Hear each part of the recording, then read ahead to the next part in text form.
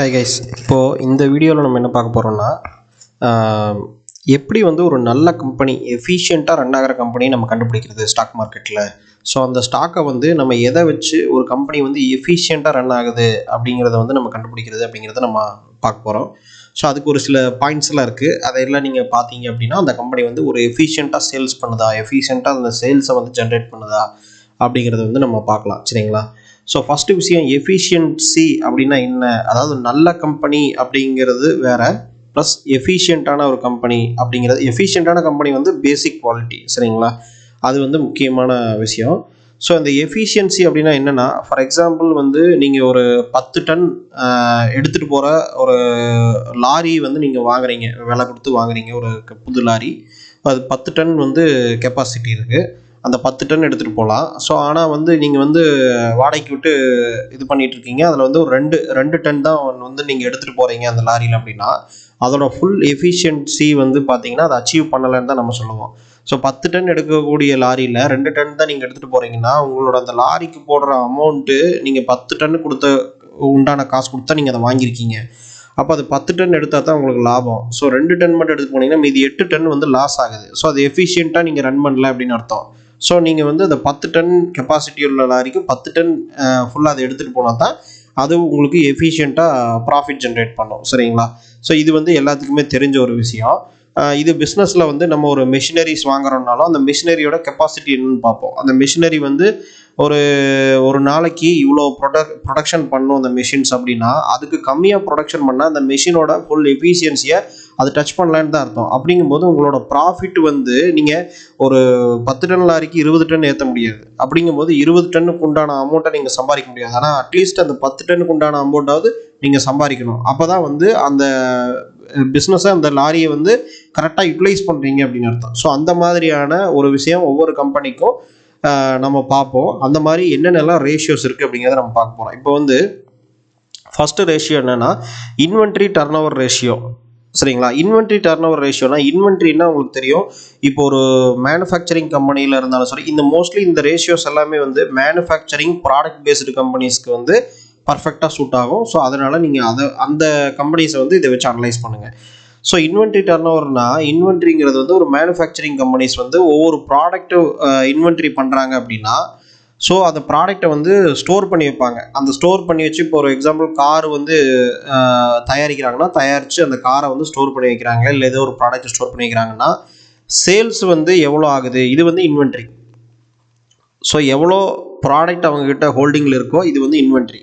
Sales அப்படிங்கிறது எவ்வளோ sales ஆகுது, வெளியே போகுது, அந்த ஒரு கம்பெனியில் வந்து அந்த இன்வென்ட்ரி எவ்வளோ வெளியே போகுது அப்படிங்கிறது.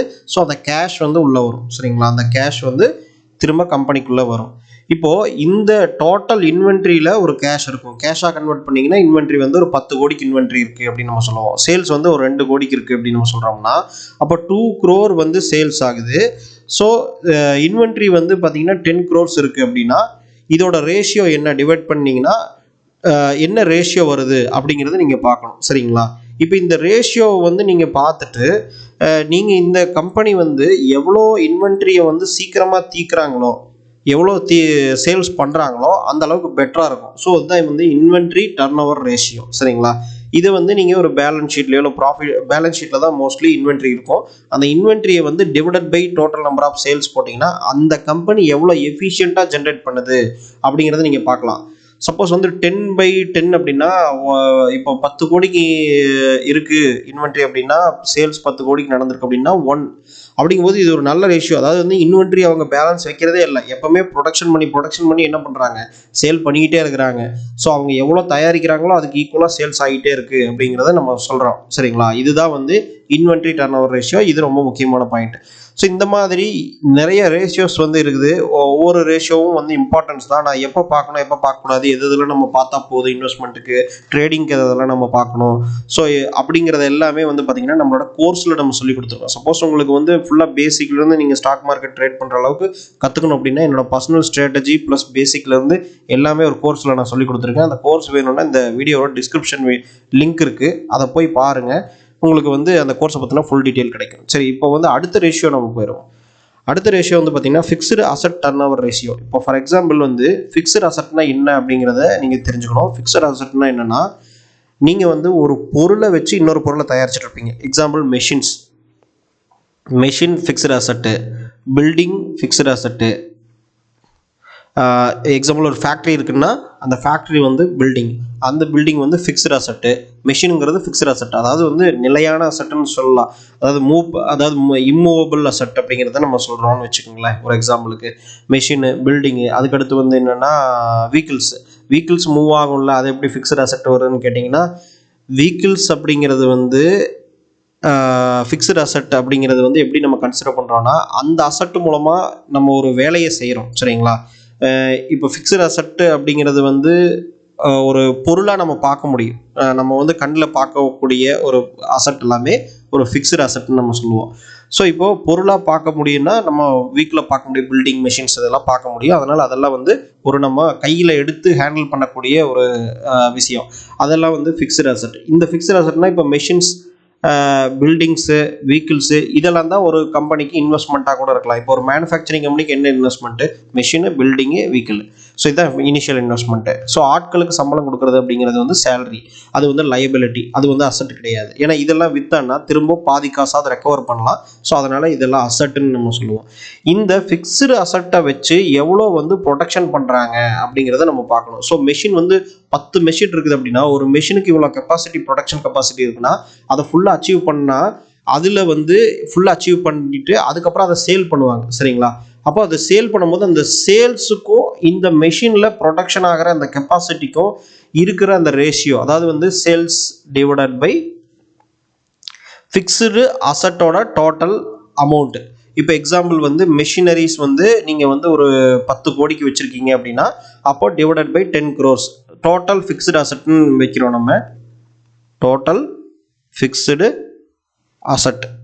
இப்போ இதை நம்ம பார்க்கணும். இப்போ இதை நம்ம பார்த்தா தான் total fixed asset sales divided by fixed asset அப்படின்னா, அப்போ வந்து 10 crore நம்ம சேல்ஸ் பண்ணுறோம், 10 crore நம்ம ஃபிக்ஸ்டு அசட் இருக்குது அப்படின்னா, அப்போ வந்து அதோட ஃபுல் எஃபிஷியன்சி அச்சீவ் பண்ணுதுன்னு அர்த்தம். சரிங்களா? இது எவ்வளோ வந்து எஃபிஷியண்ட்டாக சேல்ஸ் வந்து நீங்கள் ஜென்ரேட் பண்ணுறீங்கன்னா, அதில் ப்ரொடக்ஷன் பண்ணுற 10 crore உண்டான ஒரு மெஷினில் 10 crore உண்டான சேல்ஸ் நீங்கள் கொண்டு வர்றீங்க அப்படிங்கிறது தான் இதோட மீனிங். ஸோ அப்போது அது உங்களுக்கு புரிஞ்சிருக்கும். ஸோ இது வந்து ஃபிக்ஸ்டு அசட் டர்ன் ஓவர். இதெல்லாமே நீங்கள் வந்து ஃபிக்ஸ்டு அசட் அப்படிங்கிறது வந்து நீங்கள் ஒரு பேலன்ஸ் ஷீட்டில் பார்த்தீங்கனாலே தெரியும் ஒரு கம்பெனிஸில். அது எப்படி பார்க்குறது எல்லாமே நான் நிறைய இடத்துல சொல்லிக் கொடுத்துருக்கேன், நம்ம கோர்ஸ்லேயும் கூட சொல்லிக் கொடுத்துருக்கேன். அதனால் அதெல்லாம் நீங்கள் பார்த்தீங்கனாலே தெரிஞ்சிடும். ஸோ இது வந்து ஒரு முக்கியமான ratio, fixed asset turn over ratio அப்படிங்கிறது. ஸோ இது உங்களுக்கு புரிஞ்சிருக்கும்னு நினைக்கிறேன். ஸோ இந்த ஃபிக்ஸ்டு அசட்டை வச்சு எவ்வளோ சம்பாதிக்கணும் அப்படிங்கிறது வந்து நம்ம கணக்கு பார்க்கணும். இப்போ அடுத்தது வந்து பார்த்தீங்கன்னா அக்கௌண்ட்ஸ் ரிசீவபிள். அக்கௌண்ட்ஸ் ரிசீவபிள் அப்படிங்கிறது என்ன அப்படின்னா, இப்போது ஃபார் எக்ஸாம்பிள் என்னோட கம்பெனி வந்து ஒரு சாஃப்ட்வேர் கம்பெனி. சரிங்களா? இப்போ வந்து நான் ஆல்ரெடி கம்பெனி ரன் பண்ணிகிட்டு இருக்கேன் அப்படிங்கிறது எல்லாத்துக்கும் மோஸ்ட்லி தெரியும். இப்போ அதில் என்னோட கம்பெனி சாஃப்ட்வேர் கம்பெனி. நாங்கள் என்ன பண்ணுவோம்னா, ஒரு கிளைண்ட்டுக்கிட்ட வந்து அவங்களோட பிஸ்னஸ் இம்ப்ரூவ் பண்ணுறதுக்கு என்ன ப்ராஜெக்ட் பண்ணணுமோ அதை வந்து நம்ம ப்ரொப்போஸ் பண்ணி அந்த ப்ராஜெக்ட்டுக்கு ஒரு பட்ஜெட் போட்டு நம்ம கொடுப்போம். சரிங்களா? அது வந்து கொட்டேஷன் நம்ம சொல்லுவோம். இப்போ நான் ஒரு 10 லட்சத்துக்கு கொட்டேஷன் போடுறேன் அப்படின்னா 10 lakhs நான் வந்து கிளைண்ட்டுக்கு வந்து இந்த ப்ராஜெக்ட் பண்ணுறதுக்கு எனக்கு 3 மாதம் டைம் வேணும், ப்ளஸ் வந்து 10 lakhs பட்ஜெட் ஆகும் அப்படின்னு நான் சொல்கிறேன் அப்படின்னா, கிளைண்ட்டுக்கு வந்து நம்ம 10 lakhs சார்ஜ் பண்ணுவோம். 10 lakhs சார்ஜ் பண்ணோன்னா கிளைண்ட் வந்து ஒரு 30% அட்வான்ஸாக கொடுப்பாங்க. அதாவது வந்து 30% கொடுத்தா நம்ம ப்ராஜெக்ட் ஸ்டார்ட் பண்ணுவோம். ஒரு 3 லட்சம் கொடுக்குறாங்கன்னு வச்சுக்கோங்க. அப்போது 10 lakhs அப்போ கன்ஃபார்ம் பண்ணிட்டாங்க, இந்த ப்ராஜெக்ட் வந்து கன்ஃபார்ம் பண்ணிட்டாங்கனாலே 10 lakhs சேல்ஸ் வந்து நம்ம போட்டுருவோம். 10 lakhs சேல்ஸ் வந்து அச்சீவ்டு, அதாவது சேல்ஸ் வந்து நம்ம என்ட்ரி பண்ணிடுவோம். 10 lakhs சேல்ஸ் அப்படிங்கிறது வந்து அக்கௌண்டிங்கில் வந்து அதை ஒரு 10 lakhs சேல்ஸ் என்ட்ரி பண்ணிடுவோம். 3 lakhs வந்து கேஷாக ரிசீவ் பண்ணிடுவோம், கேஷாக பேங்க் அக்கௌண்ட்டில் ரிசீவ் பண்ணிடுவோம், இதே என்ட்ரி போட்டுருவோம். மீதி 7 lakhs இருக்கு இல்லைங்களா, அது வந்து அக்கௌண்ட்ஸ் ரிசீவபிள்ஸில் வரும். அதாவது வந்து எனக்கு மற்றவங்க அவங்க கொடுக்க வேண்டிய அமௌண்ட்டு கன்ஃபார்ம் பண்ணிட்டாங்க, 10 லட்சம் கொடுக்குறேன்னு சொல்லிட்டாங்க, ப்ராஜெக்ட் ஸ்டார்ட் ஆயிடுச்சு.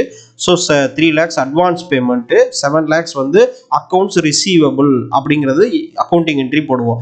அப்போது நீங்கள் நல்லாவே தெரிஞ்சுக்கலாம், அக்கௌண்ட்ஸ் ரிசீவபிளுங்கிறது இன்னும் என்கிட்ட வராத காசு. சரிங்களா? ஆனாலும் நான் இதை என்ன பண்ணுவோம் அப்படின்னு கேட்டிங்கன்னா, இது ஆட்டோமேட்டிக்காக பேலன்ஸ் ஷீட்டில் அசட்டுங்கிற இடத்துக்கு வந்துடும். சரிங்களா? பேலன்ஸ் ஷீட்டில் அக்கௌண்டிங் ரூல்ஸ் படி அக்கௌண்ட்ஸ் ரிசீவபிள் அசட்டுங்கிற இடத்துல காமிச்சிடும். அப்போது நீங்கள் வந்து ஒரு கம்பெனியோட அசட் வந்து 100 கோடி இருக்குது அப்படின்னு நம்ம சொன்னோம் அப்படின்னா, அதில் வந்து எவ்வளோ அக்கௌண்ட்ஸ் ரிசீவபிள் இருக்குன்னு பார்க்கணும். ஏன்னா அக்கௌண்ட்ஸ் ரிசீவபிள்ங்கிறது இன்னும் வராத காசு, அவங்க ஆனால் கொடுக்க வேண்டிய காசு.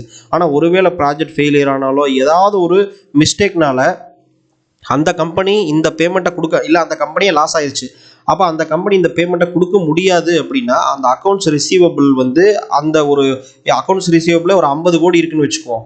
அப்போ என்ன ஆகும், அக்கௌண்ட்ஸ் ரிசீவபிள் வந்து உங்களுக்கு இன்னும் வரல, 50 கோடிக்கு அசட்டை வந்து நம்ம வந்து எழுதியிருக்கோம். அப்போ அதனால் அசட்டுங்கிறத ஜென்ரலாக நம்ம 100 கோடி அசட்டு அப்படின்னு நம்ம எடுத்துக்க முடியாது. அதனால தான் ஒரு வேல்யூஷன் அப்படிங்கிறத நம்ம கம்பெனிக்கு போடுறோம். சரிங்களா? இப்போ இந்த அக்கௌண்ட்ஸ் ரிசீவபிள், அதாவது சேல்ஸ் எவ்வளோ இருக்குது, அதில் எவ்வளோ அக்கௌண்ட்ஸ் ரிசீவபிள் இருக்குது அப்படிங்கிறத நம்ம சேர்த்து பார்க்கும்போது accounts receivable turnover ratio அப்படின்னு நம்ம சொல்கிறோம். அதாவது 100 கோடிக்கு நான் சேல்ஸ் பண்ணியிருக்கேன், ஆனால் அந்த 100 கோடியில் எனக்கு திரும்பி வரக்கூடிய அமௌண்ட் வந்து 30 கோடி தான் வந்திருக்கு. அதில் வந்து 70 கோடி அக்கௌண்ட்ஸ் ரிசீவபிளாக இருக்கும்போது அது எவ்வளோ டிஃப்ரென்ஸு, எனக்கு வந்த அமௌண்ட் எவ்வளோ, நான் சேல்ஸ் பண்ண அமௌண்ட் எவ்வளோ, எனக்கு வந்த அமௌண்ட் எவ்வளோ, இல்லை வர வேண்டிய அமௌண்ட் எவ்வளோ அப்படிங்கிறத நம்ம பார்க்குறது தான் வந்து சேல்ஸு, அதாவது accounts receivable turnover ratio. இதுக்கு நீங்கள் கண்டுபிடிக்கிறதுக்கு டோட்டல் சேல்ஸ்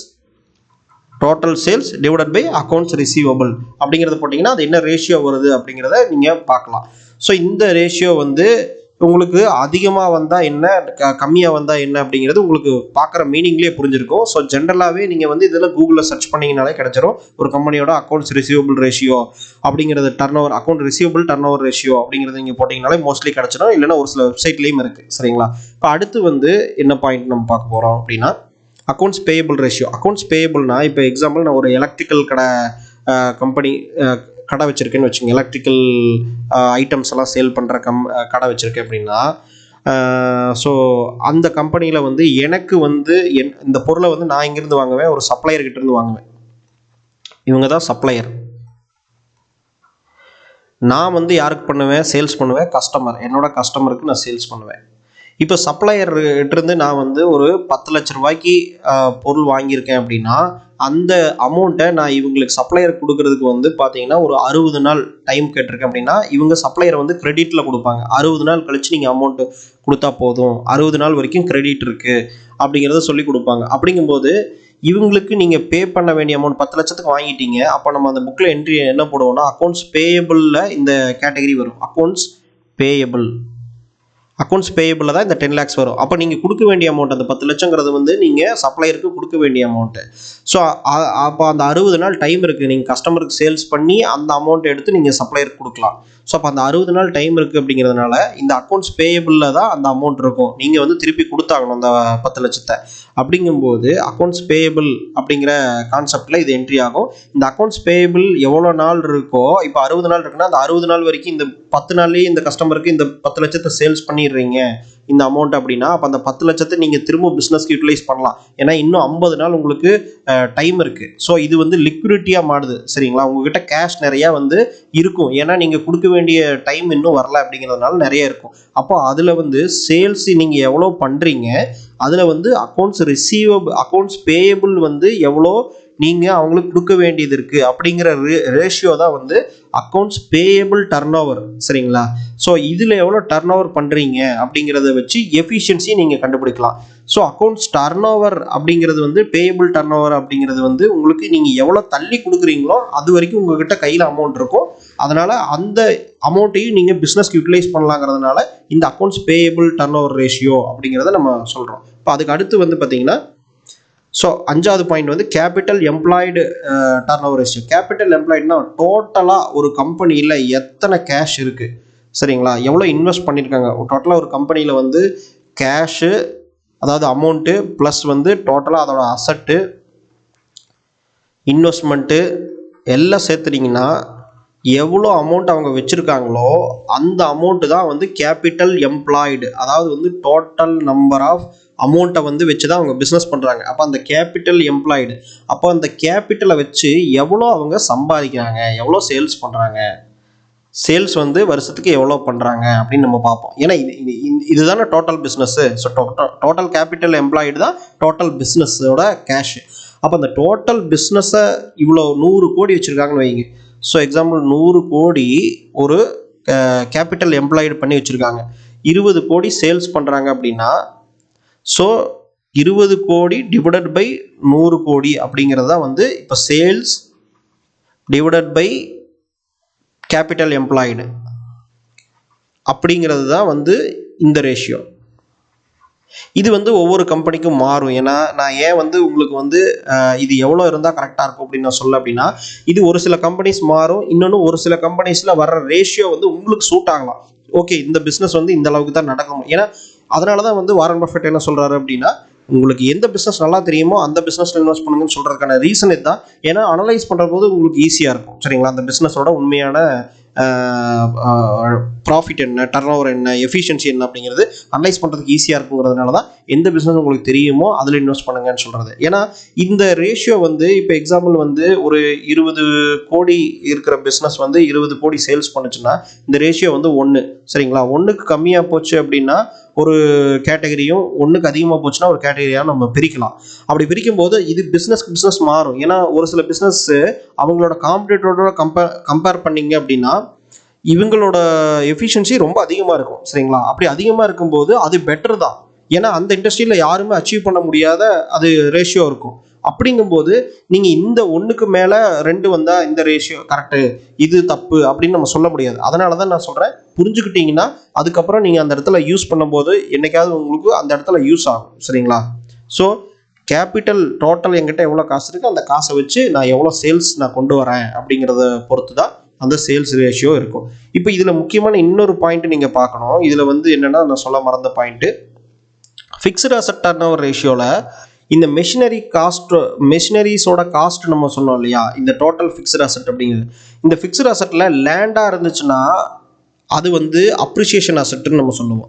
ஏன்னா அந்த லேண்டோட மதிப்பு நாளாக வேல்யூ இன்க்ரீஸ் ஆகிட்டு போகும். அப்போது 10 கோடிக்கு ஒரு லேண்டு வாங்கியிருக்கோம் அப்படின்னா அடுத்த வருஷங்கும்போது ஒரு 5% இன்க்ரீஸ் ஆகிருந்தா கூட எவ்வளோ வரும் உங்களுக்கு, ஒரு 10 கோடியில் வந்து ஒரு 5% அப்படிங்கும்போது ஸோ 50 லட்சம்.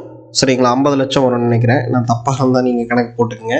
ஸோ 10 கோடியில் வந்து பார்த்தீங்கன்னா 10 கோடியில் 10% அப்படின்னா 1 கோடி. அப்போது 5% அப்படின்னா 50 லட்சம்.